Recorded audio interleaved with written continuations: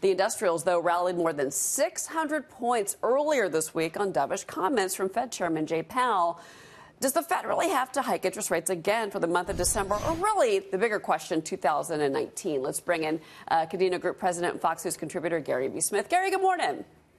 Good morning, Cheryl. It seems that the Fed is we got the minutes yesterday. It seems like they're pretty committed to a December rate hike. Fine and fair enough, and that seems to be priced in.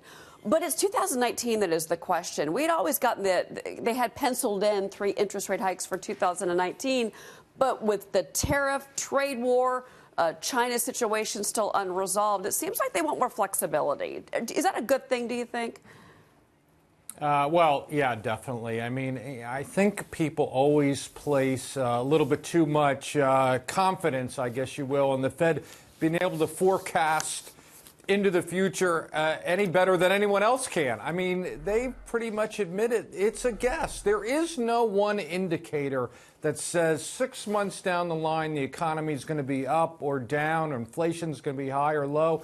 They're on the same day-to-day basis that we are. So it does look like, yeah, there's going to be one more hike. But from the readings I see from Powell and the rest of the Fed, they're saying, well, maybe we will, maybe we won't. That's why I say people shouldn't get too invested in what they think the Fed is going to do. I think that's one thing that we saw this week really does kind of hit home. The investors do react to the Fed. Comments from Powell. Remember what those kind of sloppy comments that were far from neutral. He said that in October. Stocks took a hit. Now we're just below neutral. He said that at the Economic Club here in New York. That seemed to, that gave us a 600-plus point rally. So we are sensitive to the Fed. But there's a trio of tribulations, as some analysts are calling it, basically.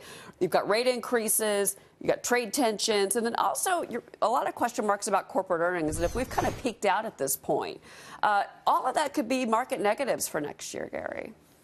I agree. I would say at any time in the past few years that I'm more bearish. I wouldn't say I am bearish, but more bearish, probably in neutral, is right now. I understand what those things you're talking about. I'm not worried so much about the tariffs. I'm not worried at all, really, about inflation. I'm worried about the political climate, this Mueller investigation. Maybe it turns up nothing. Maybe it turns up something. They certainly seem to want to turn up something.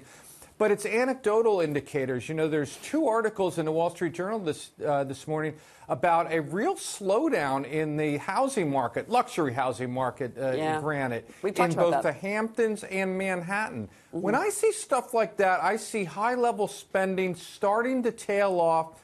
That, to me, is a good indicator, usually, that the economy might be slowing. I'm seeing it here in the luxury housing market in Florida. We're seeing it in places like Texas and even parts of Florida, Gary. So you're on to something. Thank you, Gary. It's good to have you as well.